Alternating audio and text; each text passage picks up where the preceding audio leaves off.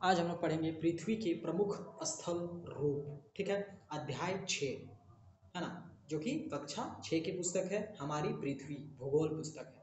तो इसे पढ़ने से पहले हम आचार्य प्रशांत जी की कोट्स को देख लेते हैं, समझ लेते हैं, है ना। आप देख पा रहे होंगे कि राष्ट्र बर्बाद होता है बिना ज्ञान की भक्ति से। ठीक है, और जो हमारा व्यक्ति बर्बाद होता है बिना ज्ञान के प्रेम से। समझ में आ गया? तो आगे चलते हैं हम पाठ की ओर, है ना। पृथ्वी की सतह को दो प्रमुख भागों में विभाजित किया गया है। क्या क्या भागों में विभाजित किया गया है? जलमंडल, स्थल मंडल। ठीक है ना। हमने पिछली अध्याय में क्या पढ़ा था? कितने मंडल में? अच्छा, पृथ्वी, यहाँ थल का बात हो रहा है, इसे बांटा क्या है। और मंडल, जो ये तो मंडल ऐसे 3 मंडल होते हैं, जलमंडल, वायुमंडल और थल मंडल। ठीक ना। लेकिन यहाँ हम लोग पृथ्वी को 2 प्रमुख भागों में बांटा गया है, उसे हम लोग देखते हैं कि क्या होता है। 2 भाग, जलमंडल और स्थल मंडल। ठीक ना। स्थल भाग सभी जगह एक समान नहीं होते हैं। आप देख पाते होंगे कि कहीं ऊबड़ है, कहीं पहाड़ है, कहीं पर्वत है, मतलब कहीं प्लेन एरिया है, कहीं पठार एरिया है। ठीक ना। सभी जगह एक बराबर कभी नहीं होते हैं। ये जो स्थल भाग होते हैं, स्थल वाला भाग देख पा रहे होंगे आप कि कितने आपको अलग अलग दिख रहे हैं। देखिए, तटीय मैदान मतलब समुद्र के सामने वाला जो एरिया होता है उसको तटीय मैदान कहते हैं। ये नदी वाला एरिया, ये मैदान हो गया।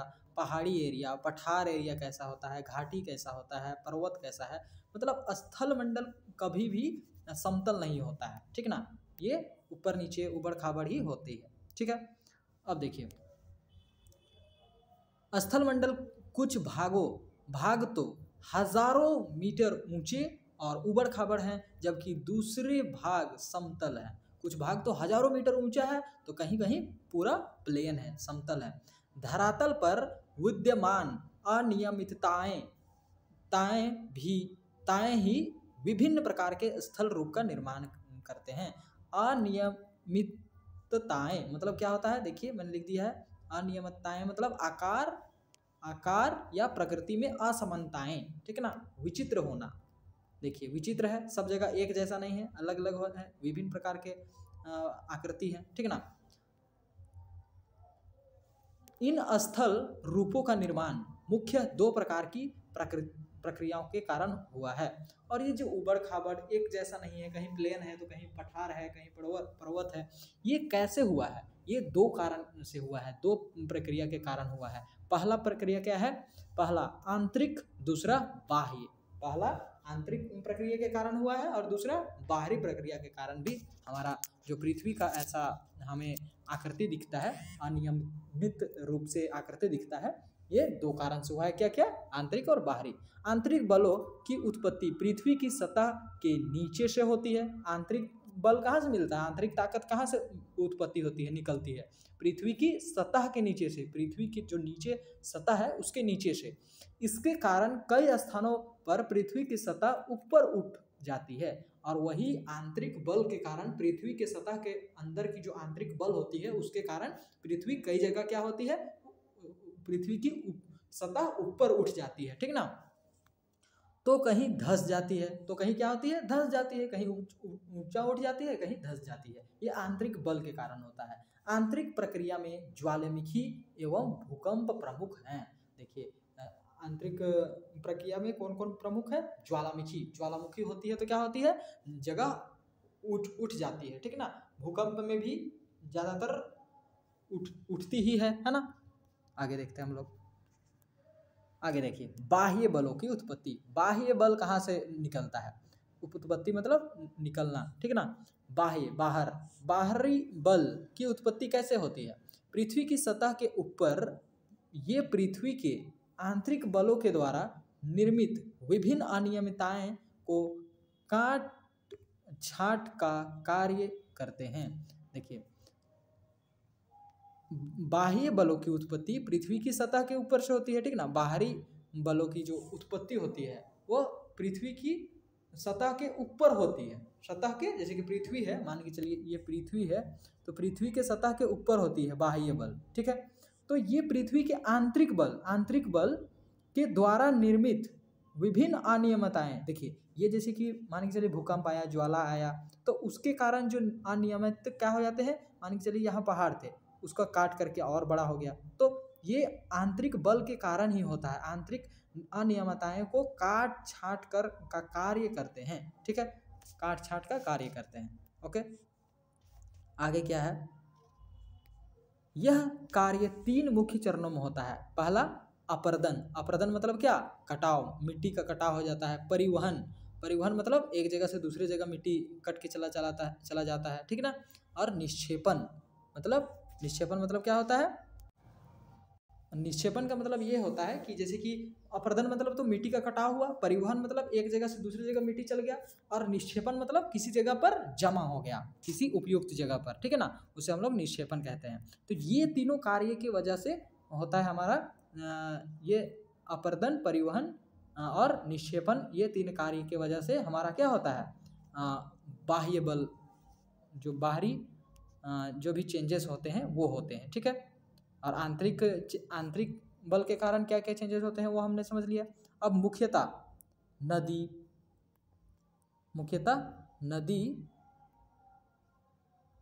हिमनद, नदी समझ रहे हैं, हिमनद मतलब बर्फों का नदी, ठीक ना, समुद्री लहर, भूमिगत जल के द्वारा किया जाता है, ठीक है। ये नॉर्मली किसके द्वारा जाता है, पवन के द्वारा, मतलब हवाओं के द्वारा, ठीक है, नदियों के द्वारा, हिमनद के द्वारा, समुद्री लहर के द्वारा, भूमिगत जल के द्वारा, और पृथ्वी पर चट्टानों की ऊपरी परत, पृथ्वी पर चट्टानों की जो ऊपरी परत होती है का टूटना या घिसकना ही आपर्दन कहलाता है।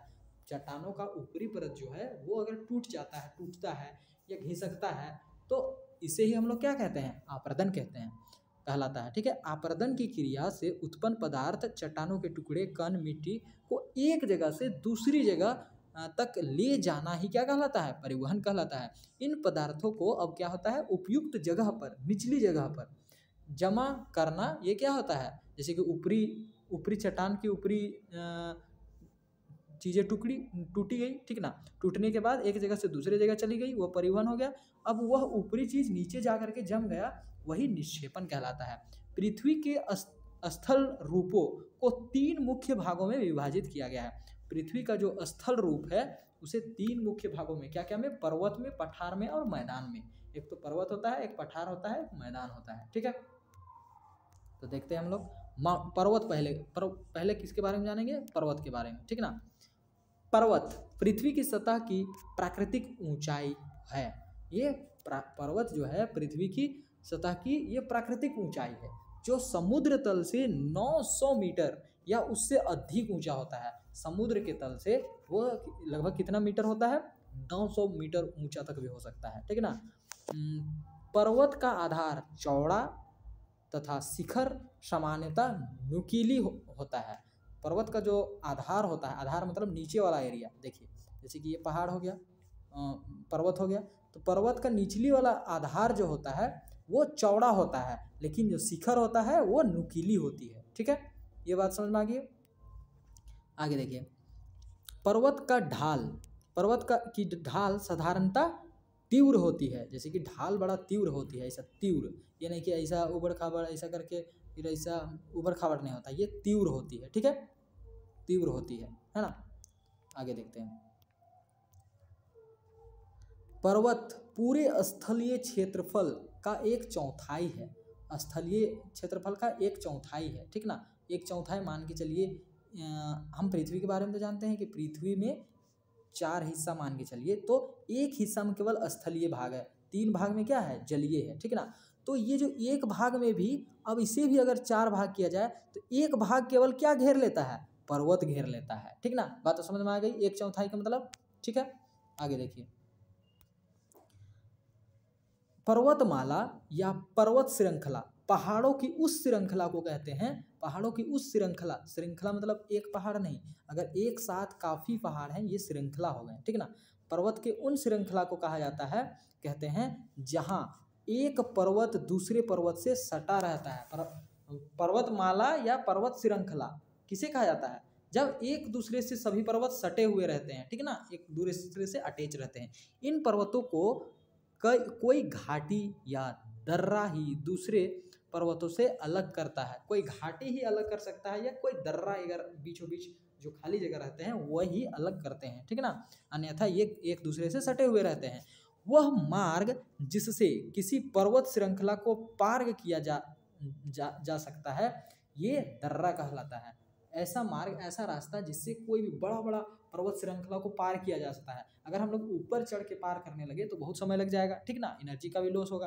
तो वो जो जगह होता है बीच में जो दर्रा होता है, ठीक ना, उसे हम लोग उसे क्या उपयोग में लाया जाता है, मार्ग के रूप में उसे एक दूसरी ओर पार होने में यूज किया जाता है, ठीक है ना। तो उसे हम लोग दर्रा कहते हैं। जैसे नाथुला, सिपकी ला हिमालय, ये जो हमारा हिमालय में स्थित है, ठीक ना। ये जो नाथुला लिखा गया है तो नाथुला मतलब शायद नाथु श्रृंखला, सिपकी श्रृंखला हिमालय में स्थित प्रमुख दर्रा है, ठीक ना। विश्व के प्रमुख पर्वत हिमालय, एंडीज, अल्पस, रॉकी इत्यादि हैं। कौन कौन प्रमुख पर्वत है? हिमालय है एक, एंडीज है और अल्पस है, रॉकी है इत्यादि है, ठीक है। इन पर्वतों की ऊंचाई वाले भाग, इन पर्वतों की ऊंचाई वाले भाग में हमेशा बर्फ जमी रहती है जिसे हिमनद कहते हैं, हिमनदी कहते हैं। देखिए जो पर्वत होती है इसकी ऊंचाई में हमेशा क्या रहता है? बर्फ जमी हुई रहती है, इसे ही हम लोग हिमनदी कहते हैं, ठीक है। ये देखिए एक जानने वाली बातें हैं उसे हम लोग देख लेते हैं। देखिए क्या है जानने योग्य बातें, जानने योग्य बातें। सियाचिन हिमनदी भारत की सबसे लंबी हिमनदी है, ठीक ना। यह हिमालय पर्वत से लद्दाख में स्थित है, मतलब हिमालय पर्वत में लद्दाख में स्थित है, ठीक है। इसकी लंबाई 72 किलोमीटर है। समझ सकते हैं कितना किलोमीटर है? 72 किलोमीटर है जो सियाचिन की हिमनदी है, ठीक ना।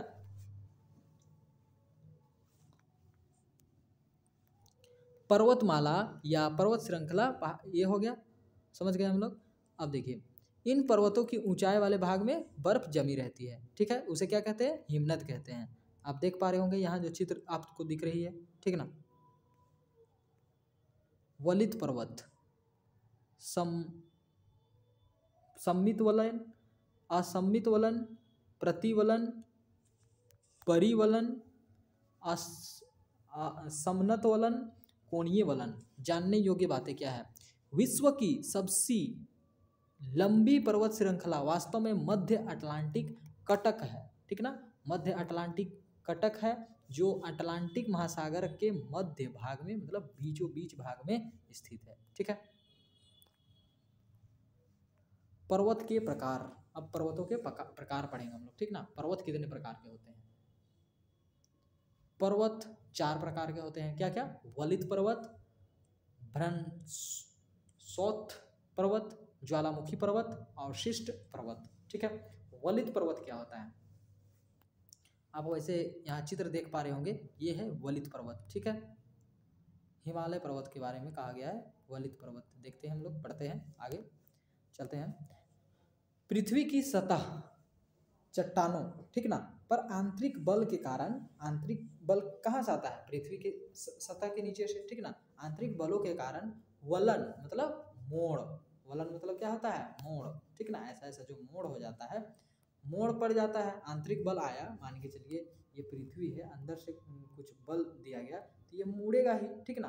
तो आंतरिक बल के कारण जो मोड़ आता है तथा वह हिस्सा उठ जाता है, ठीक ना। मोड़ आया और वह हिस्सा उड़ जाता है, इस प्रकार वलित पर्वत का निर्माण होता है, ठीक ना। मोड़ अनेक प्रकार के होते हैं जिसे चित्र संख्या 6.2 में दिखाया गया है, ठीक ना। देखिए अनेक प्रकार का चित्र ये होता है, मोड़ चित्र देख पा रहे हैं किस टाइप का मोड़ रहता है। कभी पर्वत ऐसा ऐसा रहेगा, कभी पर्वत ऐसा ऐसा रहेगा, कभी पर्वत ऐसा रहेगा, कभी पर्वत ऐसा रहेगा, ठीक है, कभी पर्वत ऐसा रहेगा, कभी बिल्कुल ऐसा रहेगा, ठीक है। तो ये पर्वतों का मोड़ है ना। और उनके प्रकार का भी नाम भी दिया गया है कि एक नंबर वाला जो मोड़ होता है इसे क्या कहते हैं? सम्मिलित वलन कहते हैं, सम्मिलित मोड़ कहते हैं, ठीक ना। सम्मित मोड़, और दूसरे वाले जो मोड़ है, ये मोड़ जो है, इस मोड़ को क्या कहते हैं हम लोग, इसे हम लोग असममित वलन कहते हैं। फिर तीसरे वाले को क्या कहते हैं, इसे हम लोग देखिए हाँ सम्मत वलन कहते हैं। फिर चौथे को प्रतिवलन कहते हैं, पांचवे को हम लोग परिवलन कहते हैं, ये 5वां नंबर को, और 6ठा नंबर को कोणीय वलन कहते हैं। ठीक है, इस तरह का जो वलन होता है, मोड़ वलन मतलब मोड़, उसको हम लोग क्या कहते हैं, कोणीय वलन कहते हैं। ठीक है, आगे चलते हैं हम लोग।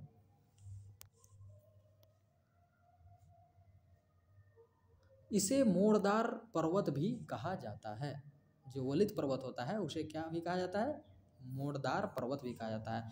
विश्व के सर्वाधिक ऊंचे पर्वत वलित पर्वत ही हैं। सर्वाधिक ऊंचाई वाले जो पर्वत हैं वो वलित पर्वत ही हैं, मतलब पृथ्वी के आंतरिक बल के कारण ही मुड़ करके बने हैं। ठीक ना। एशिया में हिमालय, यूरोप में आल्प्स, उत्तरी अमेरिका में रॉकी और दक्षिणी अमेरिका में एंडीज पर्वत इसके उत्कृष्ट उदाहरण हैं, मतलब बहुत महत्वपूर्ण उदाहरण है। हिमालय विश्व का सबसे ऊंचा नवीन मोड़दार पर्वत है, मतलब नवीन मतलब नया मोड़दार पर्वत है। ठीक है, ये समझ में आ गया। हिमालय विश्व का सबसे ऊंचा नवीन मोड़दार पर्वत है। ठीक ना। अब हम लोग पढ़ेंगे दूसरा प्रकार पर्वत का, वो क्या है, भ्रंशोत्थ्य। ठीक ना, भ्रंशोत्थ्य पर्वत। जब धरातल मतलब पृथ्वी का जो सतह होता है, धरातल का एक बहुत बड़ा हिस्सा पृथ्वी के आंतरिक बलों, मतलब अंदर का जो बल होता है, आंतरिक बलों के कारण टूट कर ऊपर विस्थापित हो जाता है। क्या हो जाता है, टूट करके ऊपर विस्थापित हो जाता है। उसे हम लोग क्या कहते हैं, भ्रंशोत्थ्य पर्वतों का निर्माण होता है। उन्हीं से क्या होता है, भ्रंशोत्थ्य पर्वतों का निर्माण होता है। ऊपर उठे हुए भाग को उत्खंड एवं नीचे घुसे हुए भाग को द्रोणिका भ्रंश कहते हैं। ठीक है, जब ऊपर उठ गई तो जो ऊपर धसी हुई भाग को हम लोग क्या कह देंगे, द्रोणिक, ऊपर वाला को हम कह देंगे उत्खंड और नीचे वाले को द्रोणिका भ्रंश कह देंगे। इस तरह के पर्वतों के शिखर चौड़े, चिपटे तथा ढाल तीक्ष्ण होते हैं। ठीक है। यूरोप का वासजेस पर्वत उत्खंड का एक राइन नदी घाटी द्रोणी का उत्कृष्ट उदाहरण है। देखिए, यूरोप का जो वासजेस पर्वत है वो उत्खंड मतलब ऊपरी ओर जो निकला हुआ है। ठीक ना, ऊपर उठे हुए भाग को हम लोग उत्खंड कहते हैं। तो यूरोप का जो वासजेस पर्वत है वो ऊपर उठा हुआ है, इसीलिए हम लोग क्या कहेंगे, उत्खंड पर्वत उसका उदाहरण है। ठीक ना, यूरोप में जो वासजेस पर्वत है ये उत्खंड पर्वत का उदाहरण है, और राइन नदी घाटी द्रोणी का उत्कृष्ट उदाहरण है, क्योंकि ये नीचे दबा हुआ भाग है। ठीक है,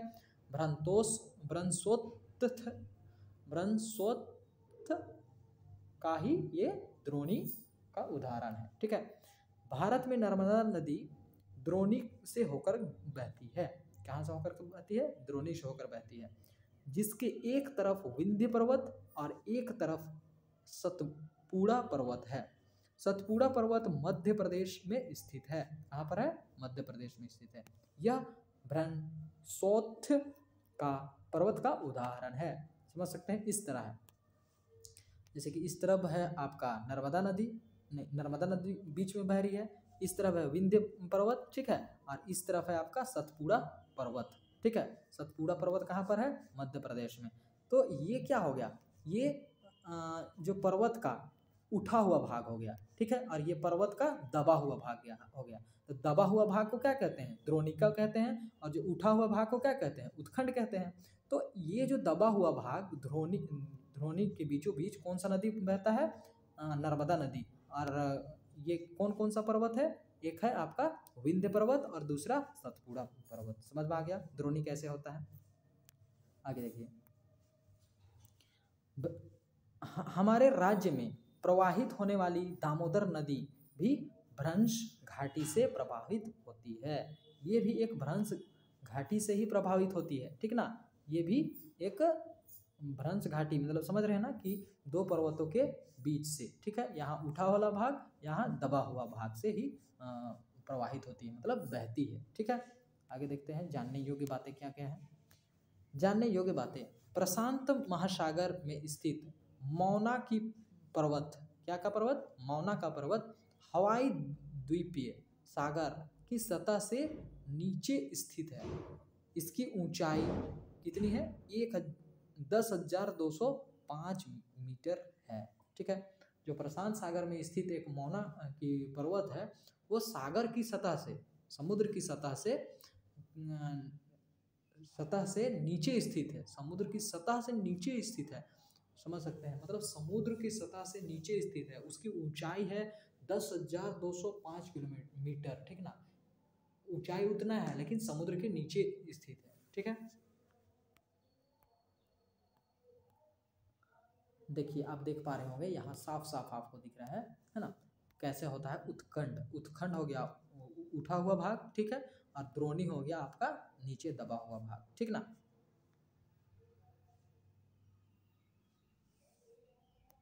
आगे चलते हैं।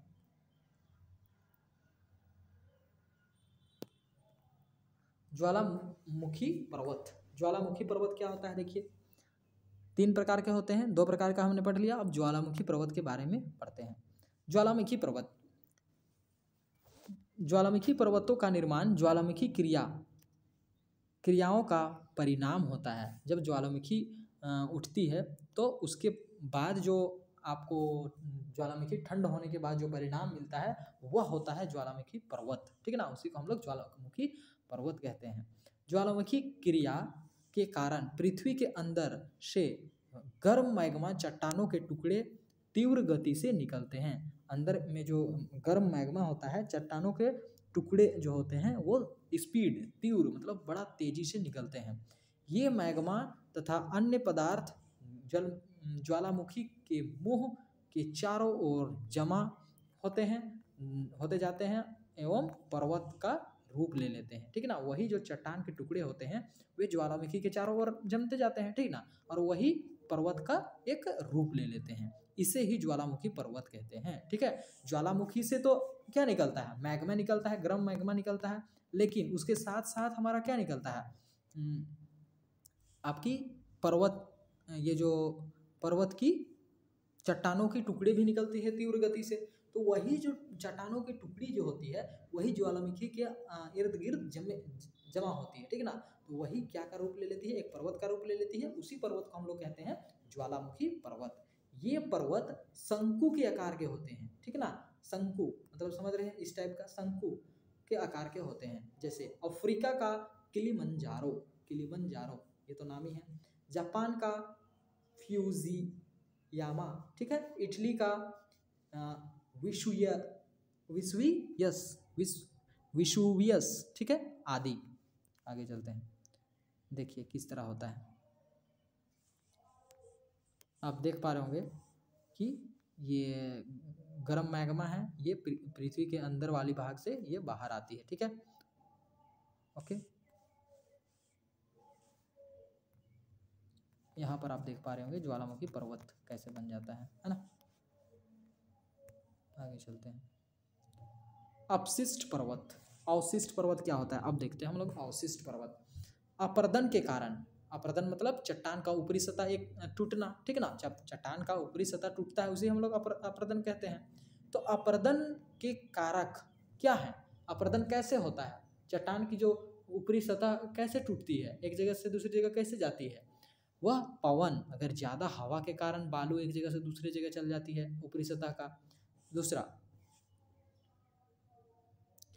क्या है हमारा कि बहता जल, बहता जल उसे एक जगह से दूसरी जगह ले जा सकता है ना। यदि आदि लगातार ऊपर वर्णित पर्वतों पर क्रियाशील रहते हुए काट छाट करते हैं। देखिए अपर्दन का कारक क्या है, पवन, हवा, ठीक ना, बहता हुआ जल आदि अगर लगातार ऊपर वर्णित पर्वतों पर क्रियाशील करेंगे, बहेंगे उसके ऊपर, तो क्या होते हैं, काट छाट होते ही हैं।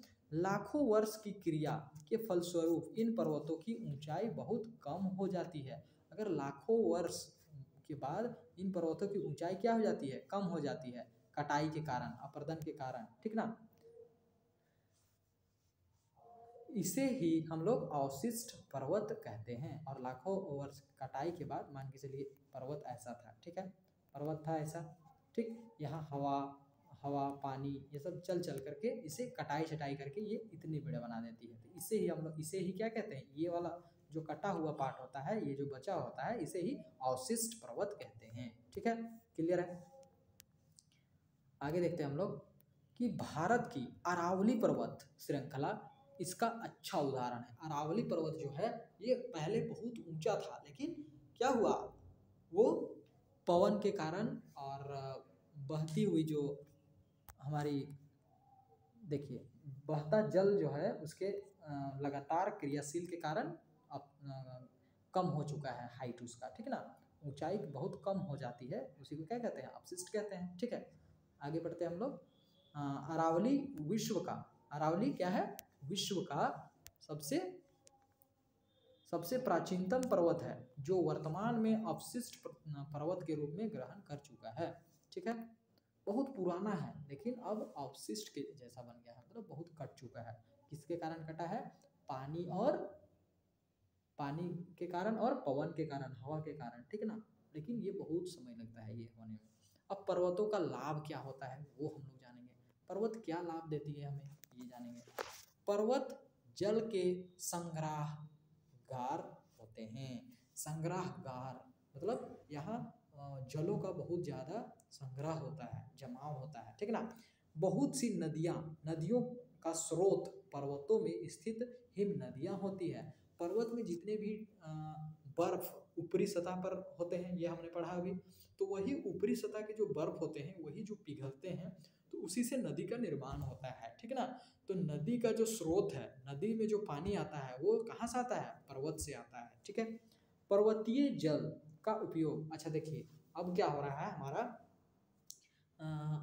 अब नदियों का जो स्रोत है पर्वत है, अब बिल्कुल नदियों का स्रोत खत्म होने वाला है। कैसे बोलिए, देखिए अब टेम्परेचर बढ़ रहा है, ठीक ना, तो हमारा जो पर्वत है, पत्थर का जो एरिया है वो गर्म हो रहा है, गर्म होने के कारण बर्फ पिघल रहे हैं, फिर वो चट्टान फिर खाली हो जा रहा है, जहाँ का बर्फ पिघल गया वहाँ का चट्टान खाली हो गया, ठीक है ना। मान के चलिए यहाँ बर्फ जमा हुआ था, ठीक है, यहाँ धूप पड़ा, यहाँ का चट्टान खत्म हो गया, फिर धूप पड़ा, यहाँ का चट्टान खत्म हो गया, आते आते क्या होगा, यहाँ का सारा बर्फ जो है ये खत्म हो जाएगा, ठीक है ना। भले एक बार बाढ़ आ जाएगी, पानी बहुत हो जाएगी, फिर क्या होगा, नदियों का जो स्रोत है वो खत्म हो जाएगा और आने वाले दिन में क्या हो जाएगा, सुखाड़ हो जाएगा, ठीक है। बात समझ में आ गई आप लोगों को। आगे देखिए, तो पर्वतों के अनेक लाभ क्या क्या हैं। पहला लाभ हमें क्या पता चला कि नदियों का जो स्रोत है वो पर्वत ही है, क्यों, क्योंकि यहाँ जल का संग्रह है, जल बहुत ज़्यादा यहाँ जमाव है, ठीक ना। आगे, पर्वतीय जल का उपयोग सिंचाई तथा पन बिजली उत्पादन के लिए किया जाता है। पर्वतीय जल का उपयोग किसके लिए किया जाता है, खेती में पटाने के लिए, सिंचाई करने के लिए, ठीक ना, और दूसरा बिजली उत्पादन करने के लिए, ठीक है ना, बांध के रूप में उसे बना करके। अब देखिए, पर्वतों में विभिन्न प्रकार की वनस्पतियाँ पाई जाती है। पर्वत में बहुत तरह तरह के वनस्पति मतलब पेड़ पौधे ये सब पाए जाते हैं, घास फूस, जिनसे हमें ईंधन मतलब जलाने का जो वस्तु होता है वो मिलता है, चारा मिलता है, किसके लिए, जानवरों के लिए, हमारे लिए, आश्रय घर भी मिलते हैं, आश्रय गोद तथा अन्य कई उत्पादक प्राप्त होते हैं, बहुत से उत्पादक प्राप्त होते हैं। पर्वतों की ठंडी जलवायु पर्यटकों को आकर्षित करती है। पर्वत की जो ठंडी जलवायु है वो पर्यटकों को मतलब घूमने वाले लोगों को वहाँ आकर्षित करती है, खींचती है अपनी ओर, जिससे पर्वतीय क्षेत्र में पर्यटन व्यवसाय फलता फूलता है। पर्वतीय क्षेत्रों में व्यवसाय क्या होता है, पर्वतीय क्षेत्र के लोगों का व्यवसाय बिजनेस फलता फूलता है। लेकिन ये अब बिल्कुल विपरीत होता जा रहा है।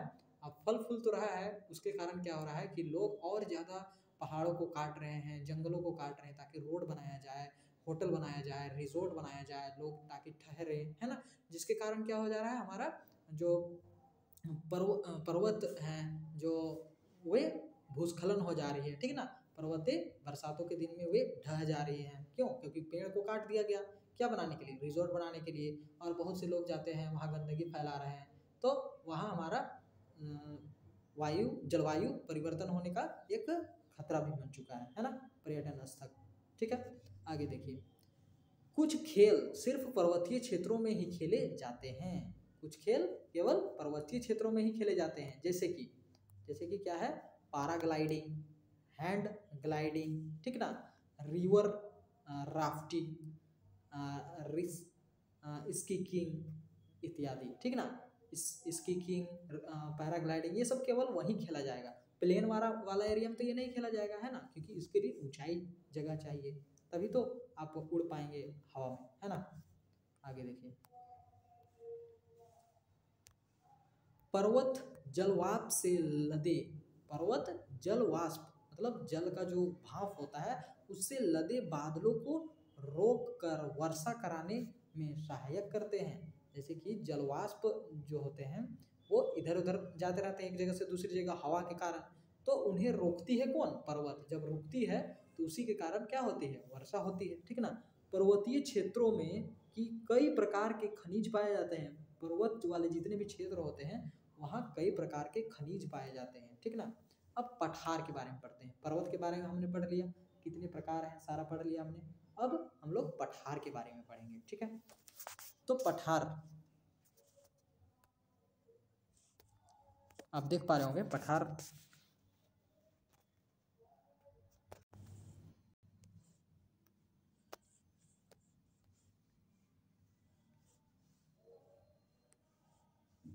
देखिए, पठार धरातल का वह विशिष्ट स्थल रूप है जो अपने आसपास के स्थल से पर्याप्त ऊंचाई पर होने के साथ साथ जिसका शीर्ष भाग चौड़ा और सपाट होता है। देखिए, पर्वत क्या होता था, पर्वत जो होता था वो शीर्ष भाग, ऊंचाई वाला जो भाग होता था वो बिल्कुल क्या होती थी, नुकीली होती थी। लेकिन पठार का जो ऊंचाई वाला शीर्ष भाग वो चपटा होता है, ठीक ना, चपटा होता है। आप देख पा रहे होंगे यहाँ चित्र में, है ना, ये पठार का चित्र है। देखिए, आप देख पा रहे होंगे यहाँ पर जो चित्र है ये, इसका शीर्ष कैसा है, बिल्कुल चपटा है। ये नहीं कि ऐसा नुकीला तो नहीं है, नुकीला नहीं है, ये चपटा है, ठीक है। तो पठार का शीर्ष भाग कैसा होता है, चपटा होता है, ठीक है ना, चौड़ा और सपाट होता है, ठीक। सामान्यतः पठार की ऊंचाई, पठार की सामान्यतः कितनी ऊंचाई होती है, 300 से 500 मीटर तक होती है, ज़्यादा ऊंची नहीं होती है। कुछ पठारों की ऊंचाई हजारों मीटर तक हो सकती है, ठीक ना। कुछ पठार जो हैं वो हजारों मीटर तक भी हो सकते हैं। देखिए, यहाँ पर हमने क्या पढ़ा कि पठार धरातल का वह विशिष्ट स्थल है, एक विशेष स्थल रूप है जो अपने आसपास के स्थल से पर्याप्त ऊंचाई, मतलब कुछ पर्याप्त ऊंचाई के साथ साथ जिसका शीर्ष क्या होता है, चपटा और सपाट होता है। ये चीज़ समझ में आ गया। और ज़्यादा ऊंचा भी नहीं होती है, कहीं कहीं पर हजारों मीटर तक होती है। जैसे कि ये कहाँ का पठार है, रांची का यह पठार है, ठीक है, आप देख पा रहे होंगे, है ना। आगे चलते हैं हम लोग। तिब्बत की पठार कितनी ऊंचाई है, देख सकते हैं। तिब्बत के पठार की ऊंचाई 4500 मीटर है, मतलब 4500 मीटर है। यह विश्व का सबसे ऊंचा पठार, तिब्बत का पठार विश्व का सबसे ऊंचा पठार माना जाता है, ठीक ना। में पठारों के कई प्रकार होते हैं। क्या क्या प्रकार हैं पठार के, अंतर पर्वतीय पठार, ठीक ना, पर्वत पदीय पठार, महाद्वीपीय पठार, तटीय पठार, पिडमांट पठार आदि। तिब्बत का जो पठार है वो यह इन प्रकार में से कौन सा प्रकार में से आता है तिब्बत का पठार। तिब्बत का पठार अंतर पर्वतीय पठार तथा रांची का जो पठार है एवं दक्कन का जो पठार है वो महाद्वीपीय पठार के उदाहरण हैं, ठीक है। पठारों की उपयोगिता, पठारों की क्या उपयोगिता है, पठारों में खनिज की प्रचुरता होती है, वहाँ खनिज बहुत ज़्यादा पाया जाता है। खनिज मतलब समझ रहे हैं ना आप लोग, जो कोयला और लोहा, मैग्नीज, बॉक्साइड, ये सब बहुमूल्य खनिजों का भंडार है। छोटा नागपुर के पठार में लोहा, कोयला, मैग्नीज, बॉक्साइड आदि बहुमूल्य खनिजों के भंडार हैं छोटा नागपुर पठार में, ठीक ना। और इतना ज़्यादा खनन कर दिया जा रहा है कि आज का एक खतरा भी हो चुका है कि वहाँ क्या हो रहे हैं, मृदा अपरदन हो जा रहे हैं। अभी आने वाले दिनों में बहुत नुकसान होने वाला है छोटा नागपुर में, है ना, कि हद से ज़्यादा लोग अपनी विकास के लिए क्या कर रहे हैं, खनन किए जा रहे हैं, खनन किए जा रहे हैं, ठीक ना। प्रकृति का यदि हम लोग सही से उपयोग करते हैं तो ये बहुत ही सुंदर और अच्छा चीज़ है, लेकिन अगर हम लोग हद से ज़्यादा उसको नुकसान करते हैं तो हम खुद नुकसान हो जाएंगे, है ना। आगे देखिए, पठारी क्षेत्र में अनेक प्रपात होते हैं। पठारी क्षेत्र में बहुत से जलप्रपात होते हैं, झरना देख पा रहे होंगे आप। ये कहाँ का झरना है, ये है आपका हुंड्रू जलप्रपात, रांची, ठीक है। आगे देखिए, क्योंकि यहाँ नदियाँ ऊंचाई से गिरती है, नदियाँ क्या कर रही हैं, ऊंचाई से गिरती है, ठीक है ना। ये जलप्रपात अच्छे मनोरम पर्यटन स्थल होते हैं, अच्छे होते हैं और मनोरंजन वाले पर्यटन स्थल भी होते हैं, यहाँ घूमने बहुत ज़्यादा लोग जाते हैं, ठीक है। आगे देखिए, झारखंड में हुंड्रू, बूढ़ाघाघ, दसम, रजरप्पा, जोन्हा, पंचघाघ आदि प्रसिद्ध जलप्रपात हैं। कर्नाटक में सरस्वती नदी पर स्थित जोग जलप्रपात भारत का सबसे ऊंचा जलप्रपात है। जो कर्नाटक में सरस्वती नदी है, सरस्वती नदी पर एक जलप्रपात है, पर स्थित जोग जलप्रपात भारत का सबसे ऊंचा जलप्रपात है, ठीक ना। सोचिए, हम लोग तो झारखंड में ही सोचते हैं कि सबसे ऊंचा ऊंचा है, गुजरात कर्नाटक में उससे भी बड़ा है, ऊंचा है, ठीक ना। आगे देखिए, लावा पठारों में काली मिट्टी पाई जाती है। लावा से जो पठार बनते हैं वहाँ क्या मिट्टी पाई जाती है, काली मिट्टी पाई जाती है, जो बहुत उपजाऊ होती है। मतलब वहाँ खेती, कुछ भी खेती किया जाए तो वो अच्छे से उपजती है, अच्छे वहाँ से उत्पादन होते हैं। महाराष्ट्र में इस प्रकार की मिट्टी कपास उत्पादन के लिए प्रसिद्ध है, ठीक ना। पठारों पर विश्व की कई बड़े नगर बसे हैं, पठार में बहुत से नगर भी बस चुके हैं, क्योंकि ये चिपटा होती है और ज़्यादा ऊंचाई में नहीं होती है, ठीक ना। यहाँ बहुत से विश्व के कई बड़े नगर भी बस चुके हैं। मैक्सिको सिटी ये पठार पर ही है। बगोटा, रांची इसके उदाहरण हैं, ठीक ना। रांची में भी बहुत से पठार में बसे हुए हैं नगर। अब मैदानी इलाका के बारे में पढ़ेंगे। पहले तो हमने पढ़ा पर्वत के बारे में, फिर पढ़ा पर्वत के बाद हमने पढ़ा पठार के बारे में, अब मैदान के बारे में। मैदान मतलब प्लेन एरिया, ठीक है।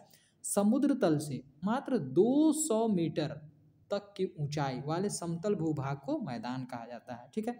मैदानों में ढाल प्रायः नहीं होती है, ज़्यादा ढाल नहीं होती है। कुछ मैदान उर्मिल तथा तरंगित होते हैं। देखिए, उर्मिल और तरंगित क्या होता है वो हम लोग जानते हैं, है ना। उर्मिल और तरंगित, तो देखिए, उर्मिल का अर्थ है कि भूमि में थोड़ी लहरें या उभार हो, मतलब भूमि थोड़ी मोड़ी लहरें हो, थोड़ी मोड़ी उभार, मतलब उठा थोड़ा बड़ा ऊंच नीच हो, ठीक है ना।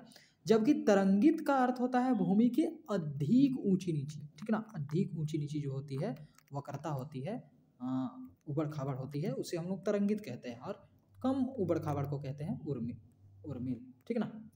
तो समझ में आ गया उर्मिल और तरंगित में क्या अंतर होते हैं। तो कुछ मैदान उर्मिल तथा तरंगित होते हैं, यहाँ क्लियर हो गया। मैदानों में आकार, नदियों की प्रवाह गति धीमी होती है।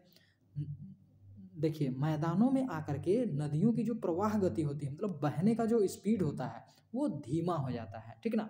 मैदान मुख्यतः 3 प्रकार के होते हैं। कैसा कैसा मैदान होता है, 3 प्रकार का। अपरदनात्मक, ठीक ना, निक्षेपात्मक और रचनात्मक, ठीक ना। 3 प्रकार के होते हैं, एक अपरदनात्मक, निक्षेपनात्मक और रचनात्मक। अपरदन मतलब तो आप समझ रहे हैं कि टुकड़ों का टूटना। निक्षेपण मतलब समझ रहे हैं कि वो एक जगह जम जाना। रचनात्मक मतलब बनना, देखते हैं हम लोग, पढ़ते हैं, ठीक ना। कनाडा का मैदान, कश्मीर की घाटी का मैदान अपरदनात्मक मैदान है। गंगा ब्रह्मपुत्र का मैदान निक्षेपात्मक मैदान है। भारत के पूर्वी तट का कोरोमंडल तटीय मैदान रचनात्मक मैदान का उदाहरण है, ये कह रहे हैं।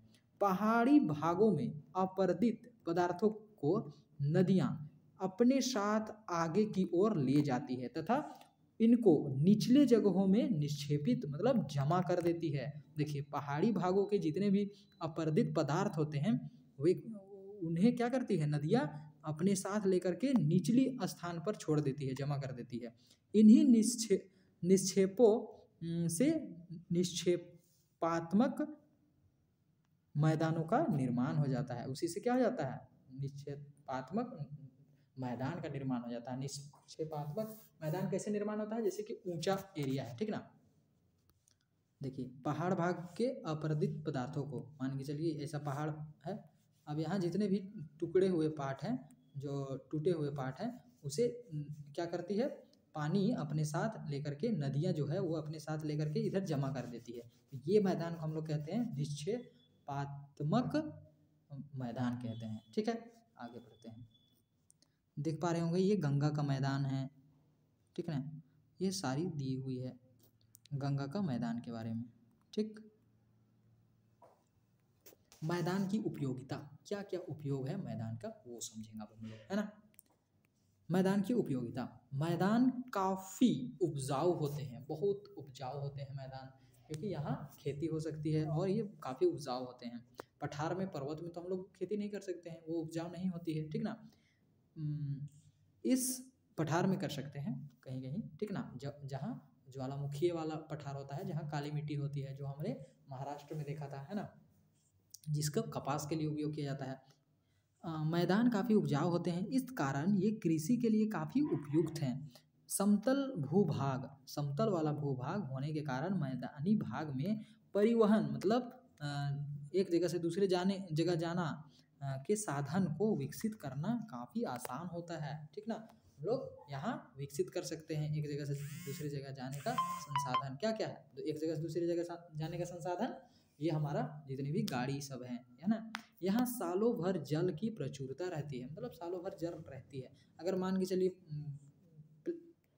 प्लेन नहीं रहता, अगर ऊबड़ खाबड़ रहता तो क्या होता, जल बह जाती, ठीक ना। जैसे कि यहाँ जल रुक पाएगी, बिल्कुल नहीं रुक पाएगी, वो बह जाएगी, है ना। ये बह करके एक जगह से दूसरी जगह चल जाती है, लेकिन प्लेन है जिसके कारण जल ज़्यादा नहीं बह पाती है, और यहाँ प्रचुरता रहती है जल की, ठीक ना। क्लियर हो गया। इन सब कारणों से मैदानी भागों में घनी जनसंख्या पाई जाती है, ठीक ना।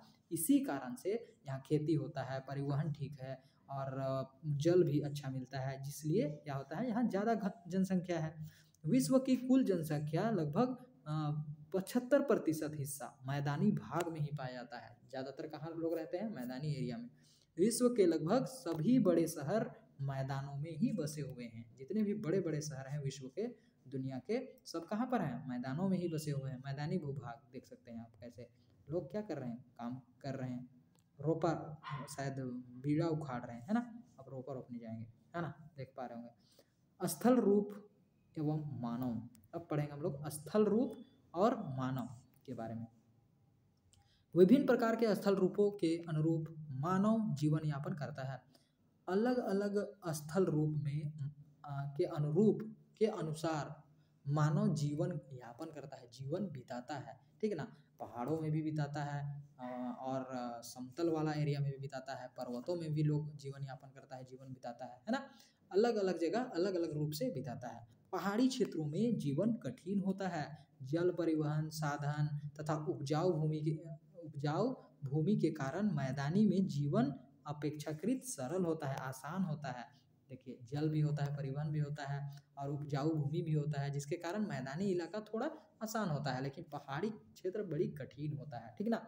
खनिजों की उपलब्धता के कारण पठारी क्षेत्रों में उद्योगों का विकास हुआ है, एवं नए नए औद्योगिक नगर बसे हुए हैं, ठीक ना। बहुत से वहाँ फैक्ट्री लगे हुए हैं, जो कि लोगों को काम मिल जाता है खनिज के कारण। प्रत्येक स्थल रूप में रहने वाले लोगों के रहन सहन में कुछ अंतर होता है। हर जगह के लोगों का रहने सहने का अंतर तो होता ही है, ठीक ना। ये स्थल रूप मानव को प्राकृतिक द्वारा प्रदत्त एक वरदान है। जो स्थल रूप है ये मानव को प्रकृति द्वारा दिया गया है। मनुष्य अपने क्रियाकलापों से इसे प्रदूषित कर रहा है, बिल्कुल यह बहुत सही बात कहा गया है, क्योंकि मनुष्य इन जो प्रकृति द्वारा दिया गया हमारा वरदान है, इन्हें हम खुद से ही प्रदूषित कर रहे हैं, ठीक ना। जिसके कारण हमारी आने वाली पीढ़ियों के लिए खतरा उत्पन्न हो गया है, ठीक। अतः हमारा कर्तव्य है कि अपनी इस सुंदर धरती को हरा भरा और साफ सुथरा बनाए रखने में सहयोग करें, ठीक ना। देखिए पृथ्वी का जो ये हम गंदगी फैला रहे हैं, और पृथ्वी जो प्रदूषित हो रहा है, ठीक ना, मनुष्य के अपने क्रियाकलापों के द्वारा इसका मुख्य कारण क्या है? ये मुख्य कारण कोई ना पुस्तक बात करती है, ना मीडिया, ना सरकार, कोई बात नहीं करती है, ये आचार्य जी केवल बात कर रहे हैं ना। ये मुख्य कारण है जनसंख्या। जितने लोग बढ़ेंगे उतना ज़्यादा पृथ्वी नुकसान होगा, समझ रहे हैं ना। एक घर में एक बच्चा होना चाहिए, लोग क्या कर रहे हैं 8, 10, 5, 6, 3, 2 ऐसे कर रहे हैं, ठीक ना। वो तो पेट से जंगल, रोड, गाड़ी ये सब लेकर के नहीं जन्मते हैं, क्या करते हैं वो पृथ्वी को ही खनन करके सारा चीज़ निकालते हैं, पृथ्वी का ही नुकसान करते हैं, है ना। और आप समझ पा रहे होंगे कि जितना व्यक्ति रहेगा उतना ज़्यादा संसाधन की आवश्यकता होगी, है ना। अगर कम व्यक्ति रहेंगे तो कम कम संसाधन की आवश्यकता होगी, ठीक। और उपभोग करने की वृत्ति तो लोगों में जा नहीं रही है कि वे कम से सह नहीं सकते हैं। आप समझ सकते हैं कि पृथ्वी का जो नुकसान किया जा रहा है गरीबों के द्वारा नहीं किया जा रहा है, जो अमीर तबके के लोग हैं उसके द्वारा ज़्यादातर किया जा रहा है। और नुकसान सबसे ज़्यादा किसे हो रहा है? गरीबों को, जानवरों को, इन लोगों को हो रहा है। अभी जो आप देख पा रहे होंगे पंजाब में जो बाढ़ आई है, उत्तराखंड में जो त्रासदी हुई है, अभी अफगानिस्तान में भूकंप आया है, ठीक ना। ये सब देख पा रहे होंगे कि क्लाइमेट चेंज के कारण ये सब हो रहा है। लोग जनसंख्या बढ़ाने में लगे हुए हैं, ठीक ना। और उसका कारण क्या हो रहा है कि देखिए मान के चलिए जनसंख्या बढ़ रही है, ठीक ना। लोगों को खाने के लिए चाहिए, खाने के लिए क्या करेंगे? खेती लगाएंगे, खेती करने के लिए क्या चाहिए? जमीन चाहिए, जमीन के लिए क्या करेंगे? वे पेड़ पौधों को काटेंगे। जब पेड़ पौधे को काटेंगे तो वहाँ से अनेक प्रजाति, पेड़ पौधे को हम लोग काट दिए तो वहाँ जो जंगलों में बसने वाले जितने भी प्रजाति हैं वो भी लुप्त हो जाएंगे, वे कटेंगे तो उनके लाश के ऊपर, समझ सकते हैं एक व्यक्ति जब जन्मता है तो वो कितने लाश के ऊपर जन्मता है। हम कितने पेड़ पौधे को काट देते हैं, पेड़ पौधे को काटने के साथ कितने प्रजाति, कितने जीव जंतु मर जाते हैं, है ना। और हमें हमारे भोजन के लिए कितने शहीद हो जाते हैं, ठीक ना। तो समझ पा रहे हो कि जनसंख्या सबसे मेन मुद्दा है। हमारा जो क्लाइमेट चेंज हो रहा है, जितने भी प्रकार के भूकंप, बाढ़ का आना, सूखा होना, गर्मी का बढ़ना, ये सब सारा का मेन कारण है हमारा जनसंख्या, ठीक है। तो चलते हैं हम लोग आगे।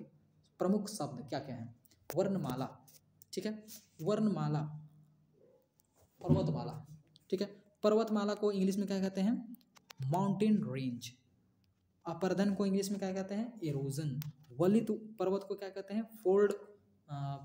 Fold mountain. परिवहन को ट्रांसपोर्टेशन।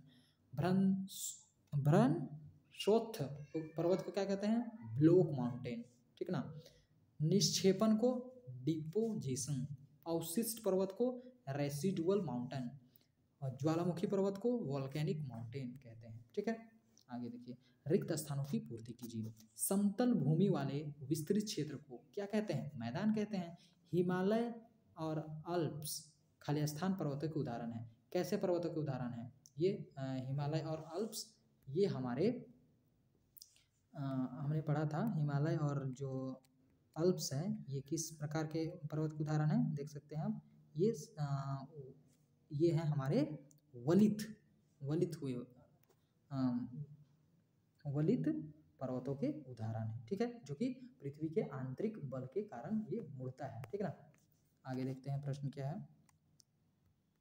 देखिए, खनिज की प्रचुरता खालिस्तान क्षेत्रों में होती है। किस क्षेत्रों में होती है?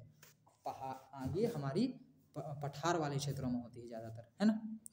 दूसरी, ज्वालामुखी पर्वत प्रायः खालिस्तान आकार के होते हैं। कैसे आकार होते हैं? ज्वालामुखी जो पर्वत होती है वो उसकी आकार जो होती है वो होती है, देख सकते हैं आप यहाँ पर, देखिए ज्वालामुखी पर्वत की आकार कैसी है? इसकी आकार एक शंकु के जैसा होता है, ये शंकु आकार की होती है, ठीक है। यहाँ पर फिल इन द ब्लैंक्स में क्या होगा? शंकु आकार की होती है। दूसरा, गंगा का मैदान खालिस्तान का उदाहरण है। क्या का मैदान? मैदान क्या का उदाहरण है? गंगा का जो मैदान है वो क्या का उदाहरण है? ये आपका गंगा का जो उदाहरण है, इसमें काफ़ी उपजाऊ होते हैं, है ना। देख सकते हैं आप, गंगा मैदान निक्षेपात्मक मैदान है, इसका यह उदाहरण है, ठीक है।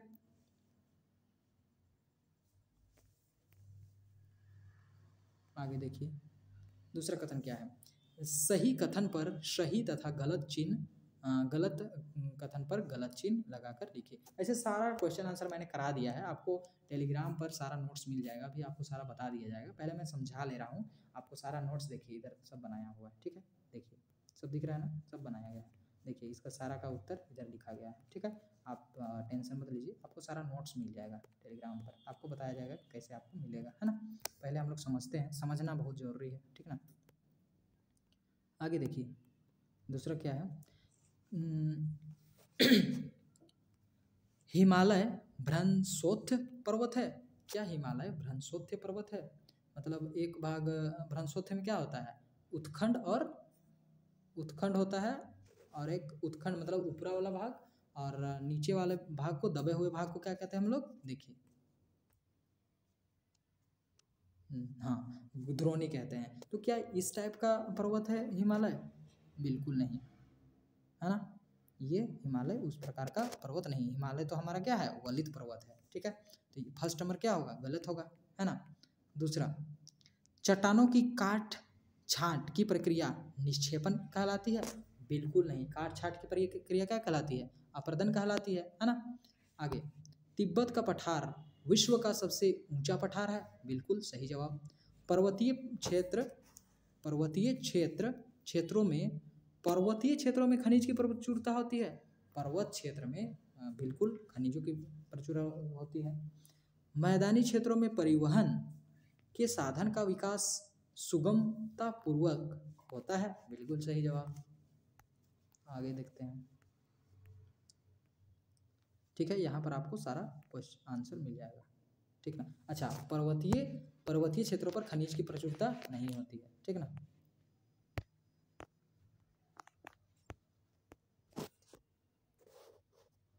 आगे, प्रमुख स्थल रूप कौन कौन है? प्रमुख स्थल रूप हमारा कौन कौन है? प्रमुख स्थल रूप है हमारे, देख सकते हैं हम, प्रमुख स्थल रूप पर्वत, पठार और मैदान हमारे प्रमुख स्थल रूप हैं, ठीक। दूसरा, अपरदन कार्य के मुख्य चरण कौन कौन से हैं? अपरदन कार्य के मुख्य चरण कौन कौन सा है? यह है आपका अपक्षय, पक्षीय, अपरदन और निक्षेपण। देखिए, अपक्षय, अपरदन और निक्षेपण, ठीक है। ये अपरदन कार्य के मुख्य कार्य हैं।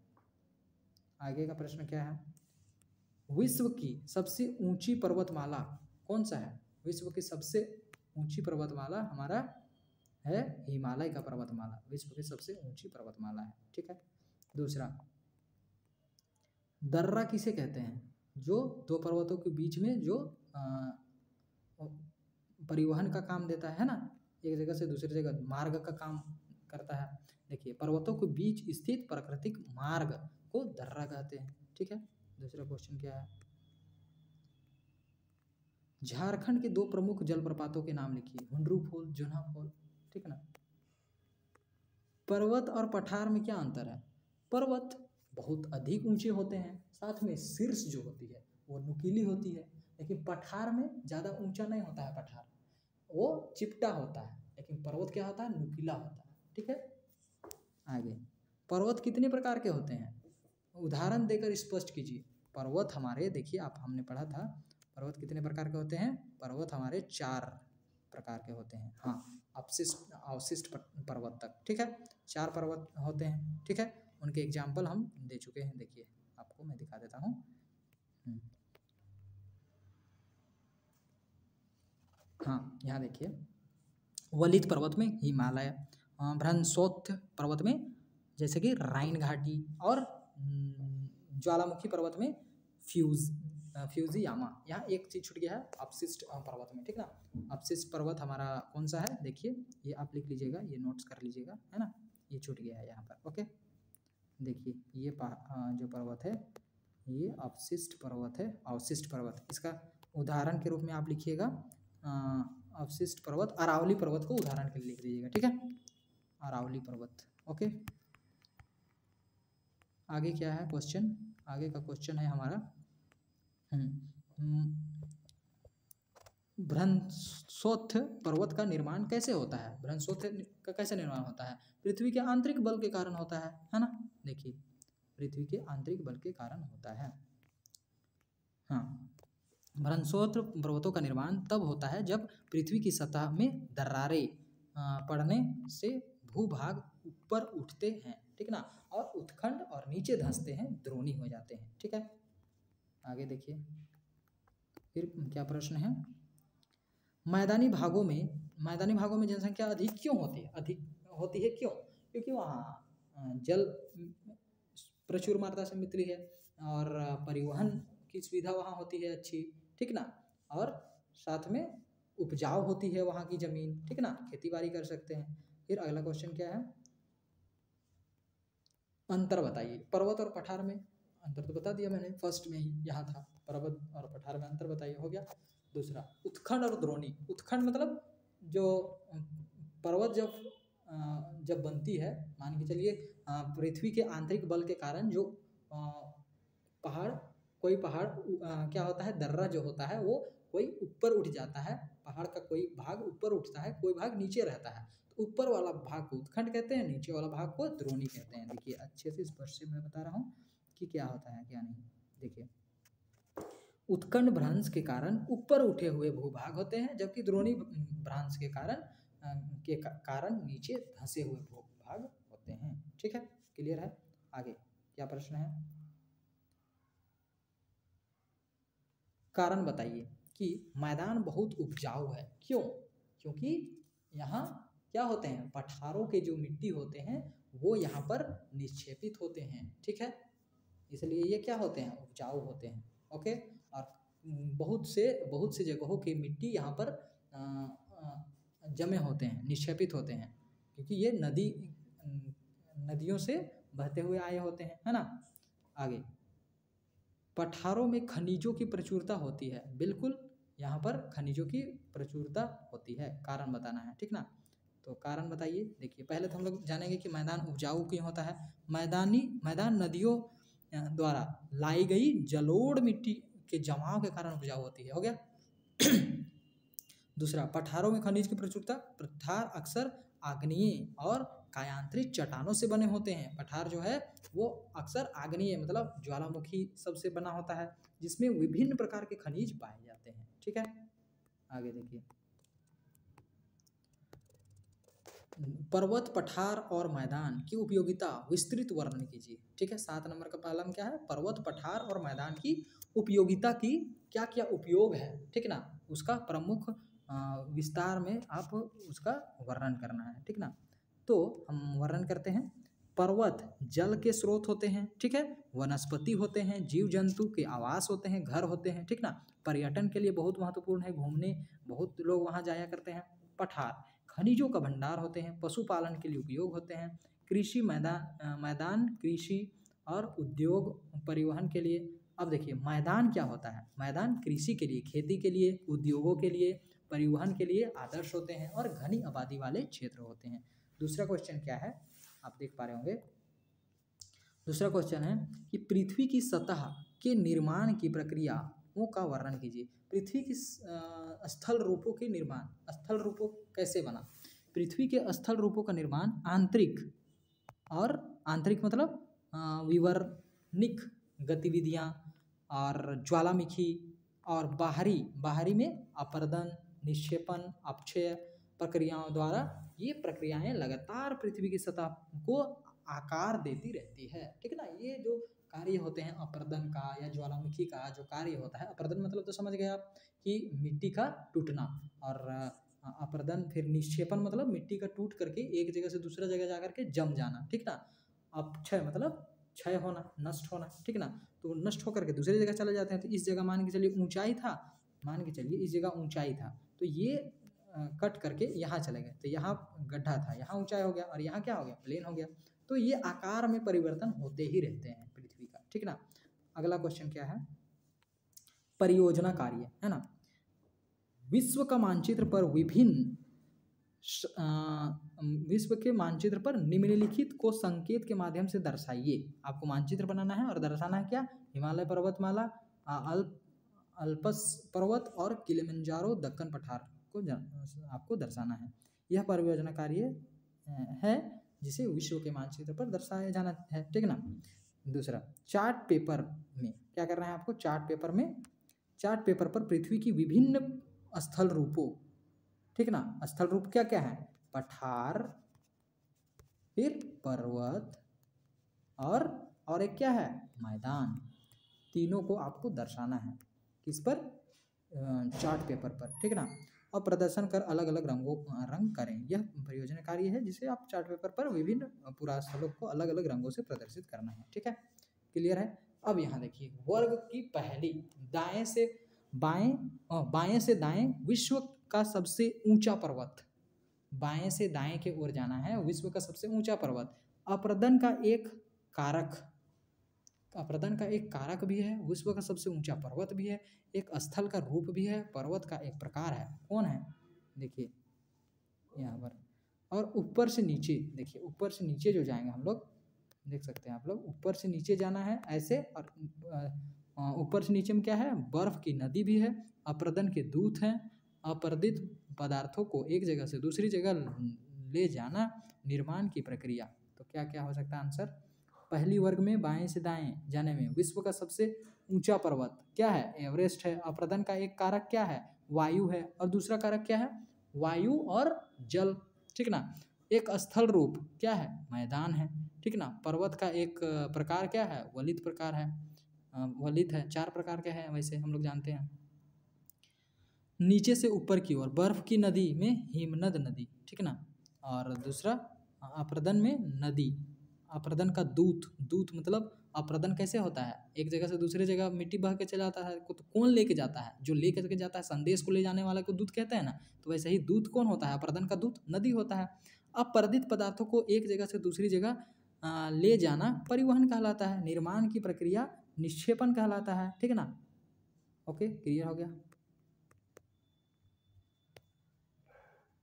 आगे चलते हैं। तो चैप्टर हमारा खत्म हो गया। आप बने रहिए, अभी आपको नोट्स कैसे मिलेगा वो मैं आपको बताता हूँ, ठीक है।